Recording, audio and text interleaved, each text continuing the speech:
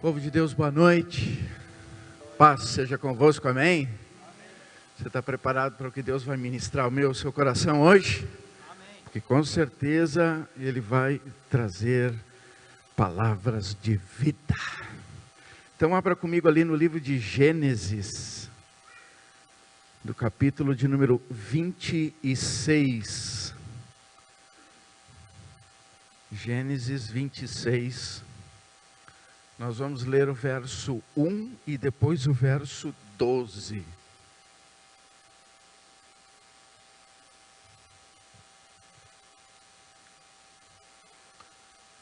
Verso 1 diz assim: Sobrevindo fome à terra, além da primeira vida nos dias de Abraão, foi Isaque a Gerar, avistar-se com Abimeleque, rei dos filisteus. Verso 12. Semeou Isaque naquela terra, e no mesmo ano recolheu 100 por 1, porque o Senhor o abençoava. Amém? Coloca a mão no coração, diga para Deus a liberdade que você dá para ser ministrado por essa palavra. Senhor Deus Todo-Poderoso, eis a tua palavra que nos é entregue de acordo com os teus propósitos, e nós queremos que o teu Espírito Santo venha nos dar entendimento, mediante a revelação que Ele vai trazer aos nossos corações, para que possamos receber tudo que está designado, determinado, a favor das nossas vidas, pelo poder da Tua Palavra. E eu me entrego a Ti, Espírito Santo, com toda a liberdade, para que Tu me tomes, a fim de não ser eu a falar, mas sim Tu, falando e ministrando através de mim. Amém. Glória a Deus. Pode tomar o vosso lugar.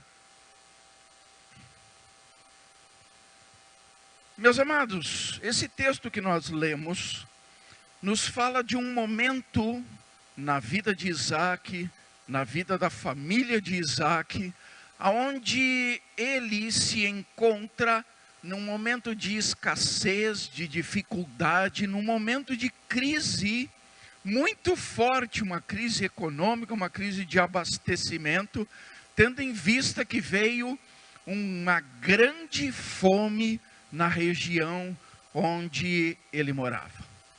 E diz então que, havendo essa fome, Isaque decide ir para a região de Gerar, terra dos filisteus, e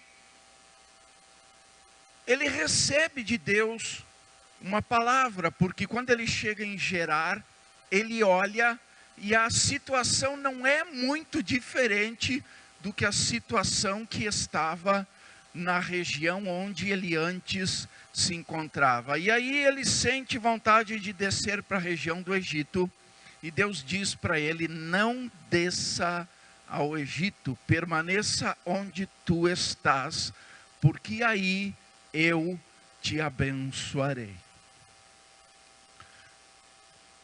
Meus queridos,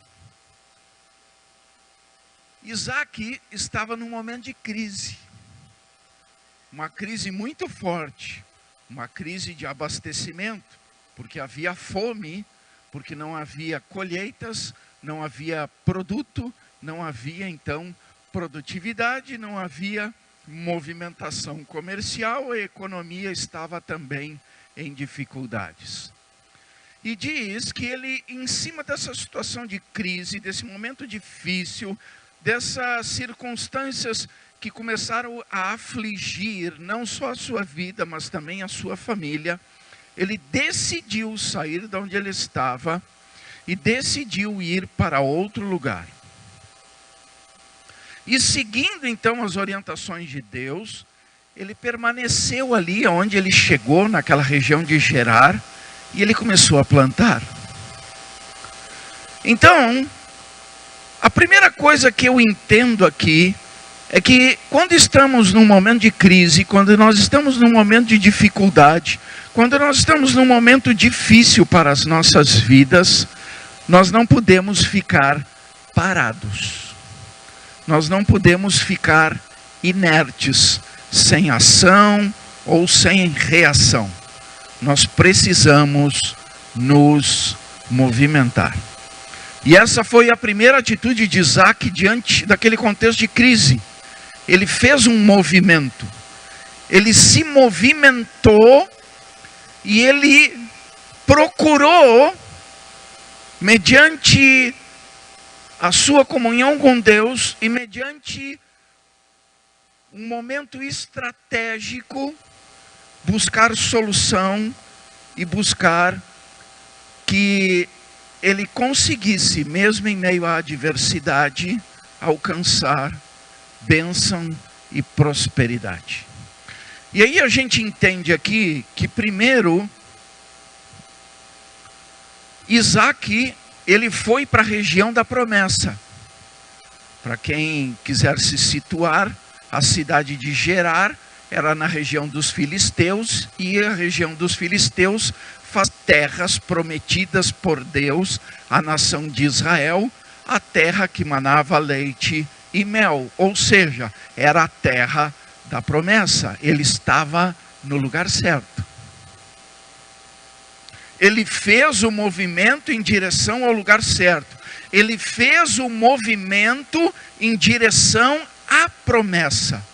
E ele entendeu, mediante a voz de Deus no seu coração, que ali, por ser o lugar da promessa, por ser a região onde havia uma determinação de Deus, que fosse o lugar onde eles pudessem colher o melhor do fruto da terra, ele então ali decide investir sobre a promessa. Isso, nessas atitudes, ele mesmo estando num tempo de crise, nada faltou a ele, nem à sua família, nem aos seus servos, e nem ao seu rebanho, nem ao seu gado. Porque Deus sempre promove que a gente tenha sempre além, porque Ele, quando age em cima daquilo que Ele mesmo assumiu de compromisso, com transbordância. Tanto é que a própria palavra diz que Ele nos concede infinitamente mais de tudo aquilo que pedimos ou necessitamos. E nós sabemos que Deus faz essa movimentação por causa da sua riqueza em glória, por Cristo Jesus, nosso Senhor. Então, meus queridos, a palavra diz que nós precisamos nos movimentar sobre a promessa, sobre aquilo que Deus lançou pela sua palavra profética, aquilo que Deus lançou como uma palavra de vida, uma palavra de provisão, uma palavra de prosperidade, uma palavra de suprimento, uma palavra de recurso a meu e a seu favor. É em cima dessas realidades reveladas por Deus para mim e para você que nós devemos nos movimentar. Isaac saiu do lugar e foi para o lugar da promessa.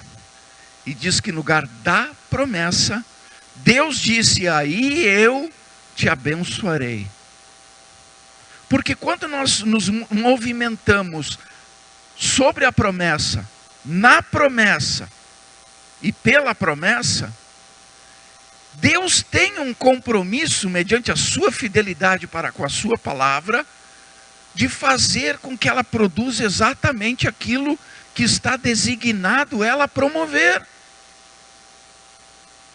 E Deus havia dito, mediante as promessas que primeiramente Ele trouxe a Abraão, Ele disse: eu darei essas terras à sua descendência, e será um lugar de prosperidade, de suprimento, de provisão, um lugar de alegria, um lugar onde comereis o melhor do fruto da terra. Ou seja, era algo que Deus já havia decidido no seu coração promover àqueles que participassem das suas promessas. E quando Isaac faz assim, ele começa a ver a movimentação de Deus a seu favor. Porque é impossível, irmãos, a gente se movimentar na direção de Deus, no propósito de Deus, sobre a palavra de Deus, e não haver um movimento dele de forma favorável, produtiva e efetiva, para que aquilo que ele determinou na sua palavra se cumpra na minha e na sua vida. É uma realidade, é um fato. E quem consegue discernir isso, entender isso e praticar isso, colhe. Colhe. Isaac fez esse movimento. Agora olha para mim aqui. Quando Isaac chegou em Gerar, ele quis ir para o Egito porque ele viu que na região de Gerar a situação era a mesma da região de onde ele saiu. Era a mesma. Mas então, pastor, só que da região que ele saiu para a região que ele chegou, tinha uma diferença. A região que ele chegou tinha promessa. Tinha promessa. E aqui é o segundo ponto que a gente tem que entender, como a gente deve agir em tempos de crise. Primeira coisa, se movimentar. Ouvindo e obedecendo a palavra de Deus, porque é a palavra que revela as bênçãos e as promessas. É ela que nos coloca na promessa. E o segundo ponto é quando a gente consegue se encaixar na promessa, investir na promessa. Porque diz que Isaac, mesmo tendo chegado naquela região e analisado e visto que não estava diferente da situação de onde ele saiu, mas por ele ter recebido a palavra de Deus, ele pegou daquilo que era seu, ele pegou sementes e ele plantou. Quando ele investe, ele planta, ele faz a sua parte, ele semeia aquelas sementes no tempo certo, diz, conforme a gente leu ali no verso 12, semeou Isaac naquela terra, e no mesmo ano recolheu 100 por 1. É impossível investir na promessa e não ter um retorno sobrenatural de Deus. É impossível, irmãos. Porque a palavra se cumpre. Isaac investiu e no mesmo ano colheu 100 por 1. Agora olha para mim aqui. Ele não estava na terra dos filisteus? Ele não estava plantando na terra dos filisteus? E começou a colher na terra dos filisteus, certo? Agora, diz que os filisteus tinham inveja dele. Se você continuar lendo o texto, vocês vão ver que os filisteus tinham inveja de Isaac. Por quê? Porque Isaac plantava e colhia a 100 por 1. E na mesma terra, os filisteus plantavam e não tinham o mesmo retorno. Por quê? Porque a diferença está em quem faz a promessa.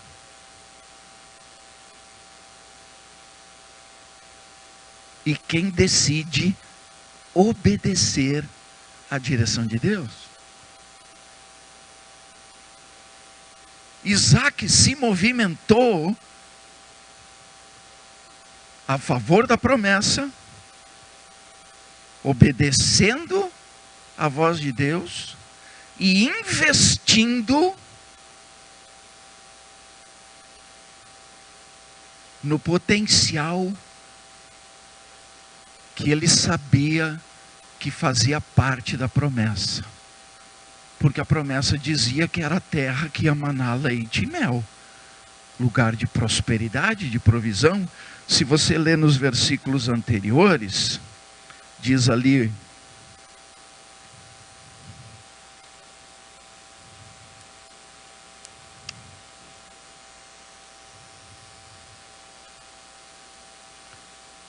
Gênesis 26. Diz ali: apareceu-lhe o Senhor e disse: não desças ao Egito, fica na terra que eu te disser, habita nela, e eu serei contigo e te abençoarei. Irmãos, quando nós entramos na promessa, Deus está conosco. Deus se faz presente. Deus participa conosco. Porque foi Ele mesmo que deu a palavra. Foi Ele mesmo que deu aquela promessa como algo que faz parte da nossa herança, de benefício para a nossa vida. E Ele diz ali: porque a ti e a tua descendência darei todas essas terras e confirmarei o juramento que fiz a Abraão teu pai. Qual foi? Multiplicarei a tua descendência como as estrelas dos céus e lhe darei todas estas terras. Na tua descendência serão abençoadas todas as nações da terra. E ali no verso 6 diz: Isaque, pois, ficou em Gerar. Mais adiante, diz assim, do verso 13 em diante: enriqueceu-se o homem. Que homem? Isaque. Prosperou, ficou riquíssimo, possuía ovelhas e bois e grande número de servos, de maneira que os filisteus lhe tinham inveja. Dá para imaginar a prosperidade desse homem? Em meio a uma crise de escassez.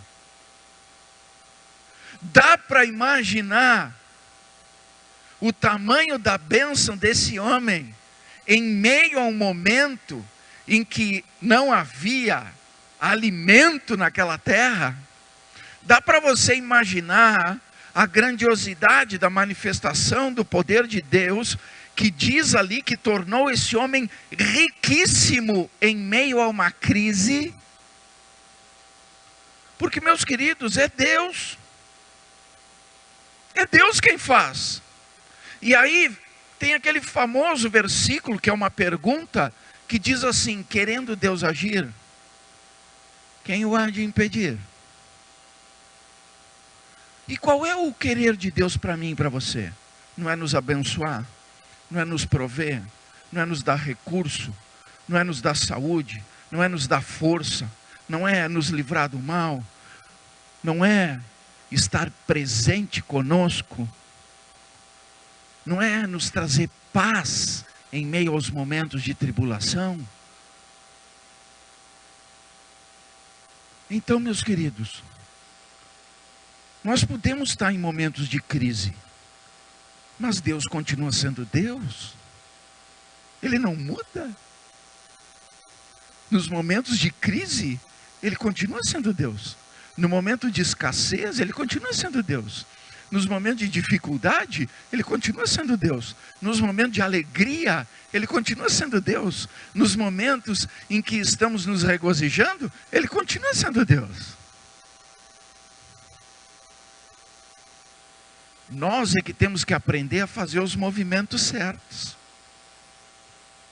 Isaque fez o movimento em direção à promessa. Firmou os pés na promessa. Investiu na promessa. E diz que ele colheu 100 por 1, enquanto permanecia a crise. Dá para entender, irmãos? Nós podemos estar passando esse momento de pandemia aí. Essa pandemia é uma crise global, tem atingido muitas pessoas, tem atingido muitas famílias, tem atingido muitos lares, mas Deus permanece fiel. Ô pastor, mas eu estou passando um cortado, meu querido, faz os movimentos que tem que serem feitos. Tem pessoas que ficam inertes, paralisadas, sem ação, fica de mimimi, de coitadinho, de ó vida, ó azar, ó desgraça, e agora quem poderá me defender? Irmãos, a gente tem que se movimentar. Ô, pastor, é fácil falar. Ô, meus queridos, quem já passou por temporal, por tempestade, não tem medo de chuvinha. E eu e a pastora já passamos alguns cortados. Já pegamos temporal brabo. Não é qualquer chuvinha que nos assusta. Amém? O que eu quero dizer com isso? Irmãos, é nos momentos de crise que a gente tem oportunidade de ver o agir de Deus mediante a nossa fé nas promessas que Ele já liberou, já revelou, já consumou a meu e a seu favor. Porque diz que nós temos acesso através de Jesus Cristo toda sorte de bênçãos. E aquilo que eu, mediante o movimento de fé, fizer, eu verei a manifestação da glória de Deus. Porque tudo é possível que crê. Tudo. Se não está acontecendo, irmãos, nós temos que rever a nossa fé. Nós precisamos rever a nossa fé. Olha para mim aqui.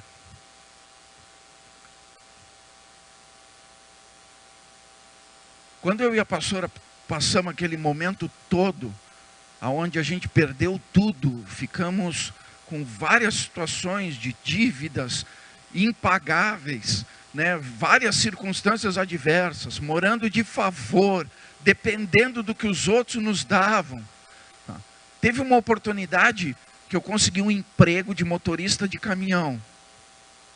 Eu fazia transporte de arroz para uma granja, né? E o meu trabalho era sair de Uruguaiana com a carreta, abastecer no silo, que ficava numa cidade lá dentro da Argentina. A gente pegava arroz em casca lá dentro da Argentina, trazia de volta para dentro do Brasil, e eu ia até a granja para descarregar o arroz lá na granja. Tá? Esse era o meu trabalho. Só que eu estava numa caminhada de fé com Deus. 5 horas da manhã eu estava lá na igreja orando. Das 11 à meia-noite tinha oração de novo na igreja. Eu estava lá orando. Eu participava dos cultos, né? Eu gostava de estar na igreja, eu gostava de aprender a palavra, eu gostava de ouvir as pregações, né? Então, aí teve um dia que me deram a oportunidade de eu trabalhar de cooperador na igreja, né? Aí eu grudava nos diáconos, para os diáconos me ensinar como é que era o trabalho e coisa e tal. Aquilo era uma alegria no meu coração. E aí eu estava sempre lá orando, pedindo para Deus um emprego, porque eu tinha responsabilidade com a minha esposa e com as minhas filhas. E aí eu consegui esse emprego de motorista nessa granja. Só que aí o que aconteceu, irmãos, olha para mim aqui. Eu ganhava R$1 por hora. R$1 por hora de trabalho. Então, quando eu conseguia fazer 10 horas de trabalho no dia, eu ganhava R$10 no dia. E aí faz a conta, né? Só tem 22 dias úteis no mês. Por aí você já imagina qual era o meu salário, ainda com os descontos de INSS, FGTS, né? Sindicato.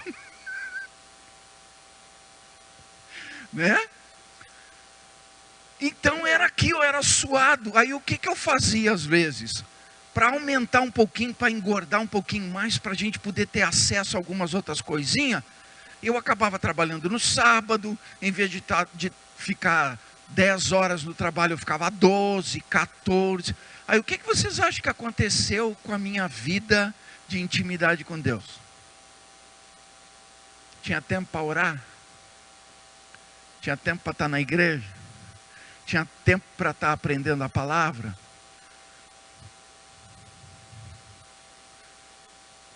Começou a complicar? Aí, irmãos, para você entender o que eu vou falar mais para frente, eu vou contar para você a experiência que eu tive. Experiência minha. Tá? Chegou um determinado tempo, começou a me doer o coração. Eu tinha vontade de estar na igreja, eu tinha vontade de estar orando, eu tinha vontade de estar aprendendo a palavra, de conversando com as pessoas a respeito da palavra. Eu não conseguia mais fazer.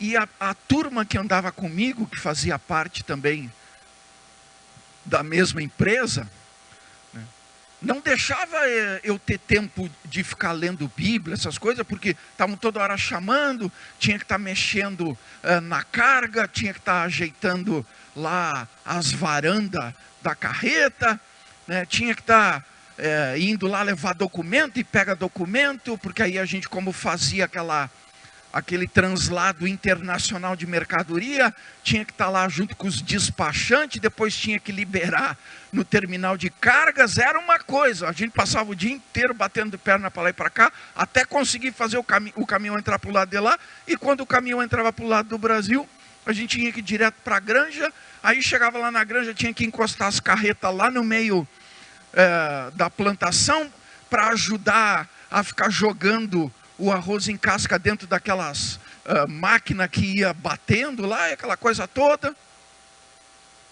E aí aquilo começou a me dar um aperto no coração. Aí um dia eu estou dentro da cabine e eu estava chorando. Estava chorando porque eu estava querendo Deus.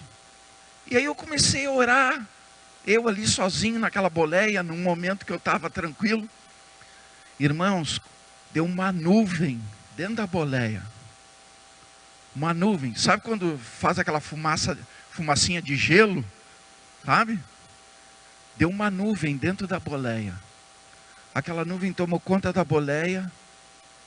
E de repente daquela nuvem saiu uma voz e me disse assim: Namur, eu estou com saudades.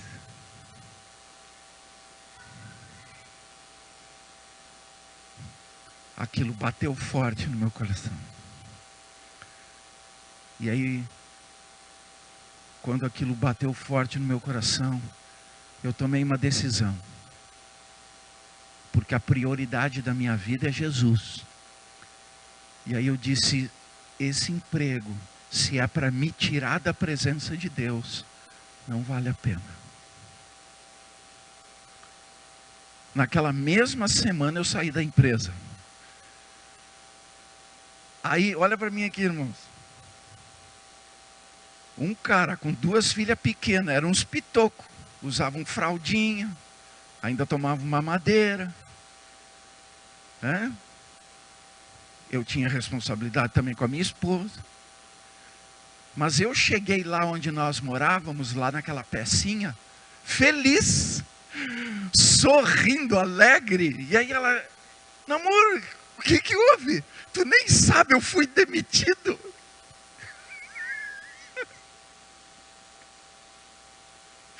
Doideira, né, irmãos? Mas eu estava alegre no meu coração, porque eu já estava pensando já que eu ia poder voltar a orar às 5 da manhã, que eu ia poder participar das orações de noite, que eu ia poder de novo estar lá de cooperador, participando do culto. Eu já estava pensando só nisso. Aí minha esposa olhou para mim: Mas Namur, eu disse: não, mas eu sei que Deus está nesse negócio. E aí você pode pensar: pastor, o senhor estava no meio de uma crise, não tinha nada. Aí o emprego que o senhor conseguiu para trazer um pouquinho de alimento para dentro da sua casa, o senhor ainda ficou alegre de perder para ficar junto com Deus? Exatamente. Gente, Deus chama as coisas loucas para envergonhar as sábias. E não teve gente, não faltou gente para me rotular, né? Não faltou gente para me rotular. Mas eu sabia o que Deus tinha me dito. Eu sabia o que Deus tinha falado comigo. Agora olha para mim aqui. Naquele momento de crise, eu agi em cima de uma palavra. Eu me posicionei na promessa de Deus. Porque Deus me disse: Namur, eu estou contigo e eu te prosperarei. E Deus falou muito forte comigo no meu coração, aquele versículo que está lá em Mateus capítulo 6, o verso 33, que diz assim: buscar em primeiro lugar o reino de Deus, a sua justiça, e as demais coisas o Senhor acrescentará. Amém? Quando a gente faz movimentos em cima de uma promessa, quando a gente faz movimento em cima de uma palavra que o próprio Deus ministrou ao nosso coração, Ele mesmo assume a responsabilidade de fazer se tornar real a sua promessa. Quando eu faço um movimento sobre a promessa de Deus, Deus faz um movimento favorável à sua palavra, porque Ele é fiel a ela. Amém? Naquela semana, foi um momento de experiências, né? Um momento de terra seca, um momento de crise. Mas em meio a tudo isso, Deus foi me dando direção, e eu fui me movimentando na direção de Deus. Não demorou muito, irmãos. Deus me deu um trabalho que o dízimo desse trabalho era 2 vezes mais o valor que eu ganhava o mês inteiro trabalhando naquela empresa. Ele me proveu de um trabalho que eu podia continuar orando de manhã e de noite, que eu podia continuar trabalhando na igreja, fazendo a obra conforme Deus estava me disponibilizando. Ele cuidou de mim, cuidou da minha esposa, cuidou das nossas filhas. Eu me lembro o dia que a gente pegou a chave do nosso primeiro apartamento alugado, depois de estar vivendo de favor um bom tempo numa pecinha pequenininha. E eu me lembro quando a gente entrou no apartamento, a minha esposa entrou, se jogou no chão da sala, e ela chorando dizia: obrigado, Senhor. Irmãos, para quem morava numa pecinha de 2,5 por 3, entrar num apartamento de 3 quartos, pensa na alegria. Dá para entender, irmãos? No momento de crise, quando a gente faz um movimento em cima da promessa, quando a gente faz um movimento de acordo com a palavra de Deus, Ele assume a responsabilidade de fazer com que a palavra cumpra exatamente aquilo que ela diz que tem poder para cumprir. Nos momentos de crise, é os momentos que a nossa fé é desafiada. Nos momentos de crise, é o momento em que a gente está pronto para agir por fé e ver a glória de Deus presente na nossa vida. Eu não sei o que você está passando, mas eu sei o que a palavra diz. E a palavra diz que o justo jamais mendigará o pão. A palavra diz que o Senhor guarda e protege os seus. A palavra diz que Deus que é o nosso provedor. A palavra diz que Ele nos concede infinitamente mais de tudo aquilo que pedimos ou precisamos. E que conforme a sua riqueza em glória em Cristo Jesus, Ele tem poder de suprir cada uma das nossas necessidades. Irmãos, eu não estou falando porque eu acho. Eu estou falando porque eu vivo. E eu posso testemunhar, porque isso é real na minha vida. Isso é real. E eu testifico que é real, porque eu tenho fatos na minha vida que mostram o poder de Deus como supridor como galardoador daqueles que o buscam, como um Deus presente para aquele que crê, um Deus de provisão, um Deus de amor, um Deus de graça, um Deus que não está preocupado se a gente merece ou não merece, porque se fosse por mérito, irmãos, nós estava ralado. Mas não é por mérito, é porque Deus decidiu nos amar. E quando a gente entende esse amor e faz os movimentos corretos, de acordo com a palavra revelada, é impossível esse Pai amoroso não nos prover, não nos abençoar de forma transbordante. Não tem como. Não tem como.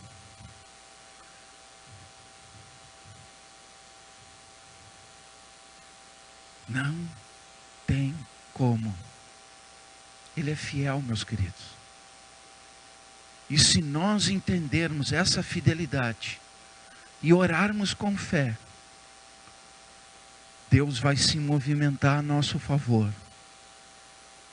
E nós podemos estar no maior momento de crise, enquanto os outros não conseguem colher, nós vamos colher a 100%, porque é o Senhor que nos abençoa. Fique de pé.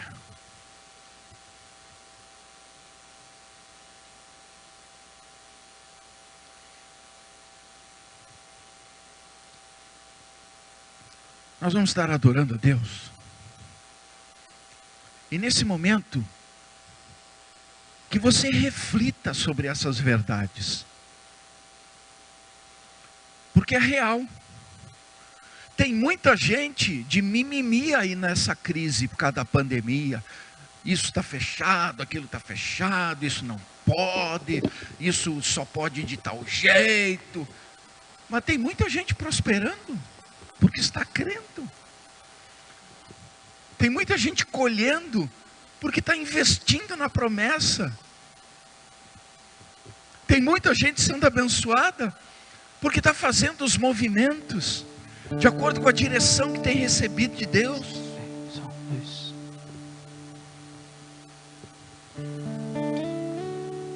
Deus não faz acepção de pessoas, meus queridos. Ele quer abençoar todos, mas Ele é obrigado a fazer a acepção de atitudes. Ele é obrigado a fazer a acepção de atitudes. Porque aquele que está inerte é porque não tem fé. Aquele que não se movimenta é porque não crê. Aquele que paralisou é porque não acredita nas promessas. Como que Deus vai ter a mesma ação, a mesma reação? É por fé que a gente se movimenta. E a fé é aquilo que eu não vejo. Você já parou para pensar nisso? Porque lá em Hebreus 11 está escrito: a fé é o firme fundamento das coisas que não se veem. Não se veem, não é nada que eu estou vendo. A fé não é pelo que eu estou vendo. É isso que eu preciso entender, irmãos. Vocês já imaginaram o povo de Israel ali no Mar Vermelho? Já imaginaram? Porque Moisés bateu com o cajado na água. A revelia dos filmes que aparecem na televisão, que aí Moisés bate o cajado e começa a abrir o mar. A Bíblia diz que soprou um vento oriental a noite toda, de trás para frente. Moisés bateu com o cajado e ficou o vento soprando a noite toda e o mar fechado a noite toda. Ô pastor, eu nunca entendi assim. Lê o versículo. Lê o versículo. Moisés bateu o cajado e ficou soprando um vento oriental a noite toda. O mar abriu pela manhã. Ou seja, terminou de abrir a última parte.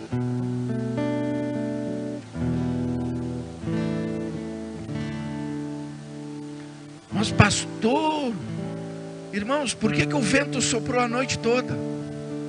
Porque além de abrir o mar, Deus tinha que secar o caminho. Senão eles iam pisar em barro, concordam comigo? Eles iam pisar em lama, em solo encharcado. Como é que eles iam caminhar, empurrar carroça? Então teve que soprar o vento a noite toda, porque aí, além de estar abrindo o mar, estava secando a terra, enrijecendo a terra para eles pisar em terra firme, porque diz que foi assim que eles cruzaram, pisando em terra firme. Então, irmãos, quando terminou o vento de cumprir a sua tarefa, foi aí que eles viram o mar aberto. Mas durante todo aquele momento, eles continuavam olhando e fechado estava. Mas eles creram que tinha um movimento de Deus a favor deles, porque Moisés tinha feito o movimento de acordo com a ordem de Deus. Moisés agiu de acordo com a bênção que Deus revelou. E diz que eles entraram na bênção, tendo um paredão de água à direita, um paredão de água à esquerda, e pisando em terra firme. Pastor, onde é que o senhor quer chegar? Eu quero chegar que, irmãos, existe um tempo para germinar a nossa oração e ela produzir a nossa resposta. Vamos parar com esse negócio de querer ficar vendo. Tem coisas que Deus não vai mostrar imediatamente, mas a partir do momento que a gente orou, já começou um movimento. E o que nós orarmos hoje, nesta noite, vai produzir um movimento de Deus. Porque é impossível nós nos movimentarmos sobre a palavra dEle, sobre a promessa dEle, e não haver um movimento da parte dEle, para nos abençoar de uma maneira transbordante.